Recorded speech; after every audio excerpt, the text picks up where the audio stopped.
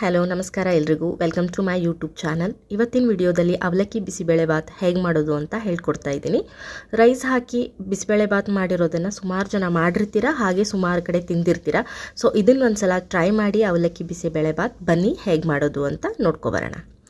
First ನಾನಿಲ್ಲಿ ಒಂದು ಕುಕ್ಕರ್ಗೆ ಒಂದು ಹಾಫ್ ಕಪ್ ಆಗುವಷ್ಟು ತೊಗರಿಬೇಳೆನ ಹಾಕ್ಕೊಂಡು ಒಂದು 2 ಸಲ ಚೆನ್ನಾಗಿ ತೊಳೆದು ಅದಕ್ಕೆ 1 ಕಪ್ ಆಗುವಷ್ಟು ನೀರನ್ನು ಹಾಕಿ ಒಂಚೂರು ಅರಿಶಿನ ಹಾಕಿ ಅದಕ್ಕೆ ಒಂಚೂರು ಆಯಿಲ್ ಹಾಕಿ ನಾನಿಲ್ಲಿ ಚೂರು ಉಪ್ಪು ಹಾಕಿದ್ದೀನಿ.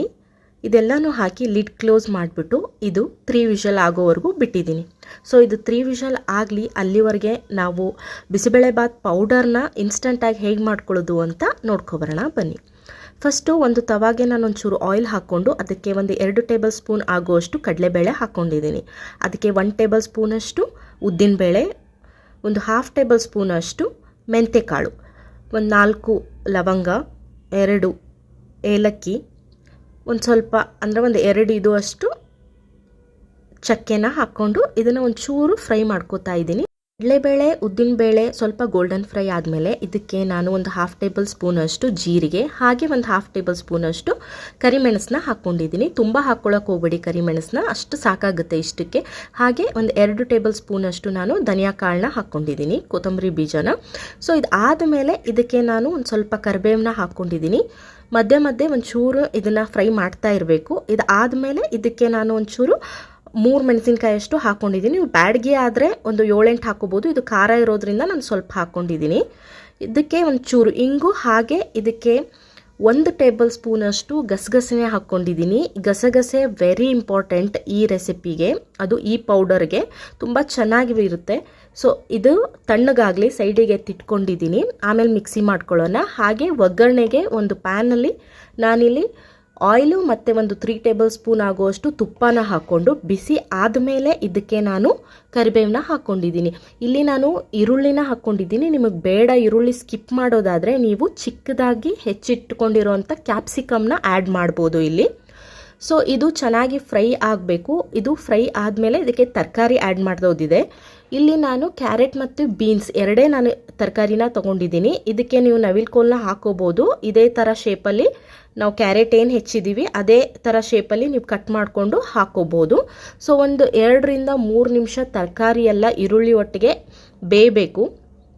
ಫ್ರೈ ಆದಮೇಲೆ ಇದಕ್ಕೆ ನಾನು 1 ಮೀಡಿಯಮ್ ಟೊಮ್ಯಾಟೊನ ಚಿಕ್ಕದಾಗಿ ಹೆಚ್ಚಿಟ್ಕೊಂಡಿದ್ದೆ, ಅದನ್ನು ಸೇರಿಸಿದ್ದೀನಿ. ಸೊ ಇದೆಲ್ಲ ಚೆನ್ನಾಗಿ ಮಿಕ್ಸ್ ಆದಮೇಲೆ ಒಂಚೂರು ಬೆಲ್ಲನ ಯೂಸ್ ಮಾಡ್ಕೊಂಡಿದ್ದೀನಿ. ಇದು ಚೆನ್ನಾಗಿ ಟೇಸ್ಟ್ ಕೊಡುತ್ತೆ ಬಿಸಿಬೇಳೆಬಾತ್ಗೆ. ತುಂಬ ಯೂಸ್ ಮಾಡಬೇಡಿ, ಒಂಚೂರು ನಾನು ಎಷ್ಟು ತೋರಿಸಿದ್ದೀನಲ್ವ ವಿಡಿಯೋದಲ್ಲಿ ಅಷ್ಟಾದರೆ ಇದಕ್ಕೆ ಸಾಕಾಗುತ್ತೆ. ಇದಕ್ಕೆ ಇದು ಆದಮೇಲೆ ಒಣ ಕೊಬ್ಬರಿ ತೊಗೊಂಡಿದ್ದೀನಿ. ಹಸಿ ಕೊಬ್ಬರಿ ತೊಗೊಳಕ್ಕೆ ಹೋಗ್ಬೇಡಿ. ಒಣ ಕೊಬ್ಬರಿ ಏನು ನಾವು ತುರಿದಿಟ್ಕೊಂಡಿರೋದು ಒಂದು ಹಾಫ್ ಬೌಲಷ್ಟು ನಾನಿಲ್ಲಿ ಯೂಸ್ ಮಾಡ್ಕೊಂಡಿದ್ದೀನಿ. ಹಾಗೆ 3 ವಿಷಲ್ ಆದಮೇಲೆ ಬೇಳೆನ ಚೆನ್ನಾಗಿ ಸ್ಮ್ಯಾಶ್ ಮಾಡಿಕೊಂಡು ಅದನ್ನು ನಾನಿಲ್ಲಿ ಆ್ಯಡ್ ಮಾಡ್ತಾ ಇದ್ದೀನಿ ಒಗ್ಗರಣೆಗೆ. ಇದು ಚೆನ್ನಾಗಿ ಒಗ್ಗರಣೆ ಒಟ್ಟಿಗೆ ಮಿಕ್ಸ್ ಮಾಡಿ ಇದಾದಮೇಲೆ ಕನ್ಸಿಸ್ಟೆನ್ಸಿ ಮೇಂಟೈನ್ ಮಾಡೋಕ್ಕೆ ಇದಕ್ಕೆ ನಾನು ಒಂದು 3 ಕಪ್ ಆಗುವಷ್ಟು ನೀರನ್ನ ತೊಗೊಂಡಿದ್ದೀನಿ. ನಾವು ಯಾವ ಕಪ್ಪಲ್ಲಿ ಬೇಳೆ ತೊಗೊಂಡಿದ್ವಿ, ಅರ್ಧ ಕಪ್ ಬೇಳೆ, ಅದರಲ್ಲಿ 3 ಕಪ್ ಮೆಜರ್ಮೆಂಟ್ ಮಾಡಿ ನಾನು ತೊಗೊಂಡಿದ್ದೀನಿ.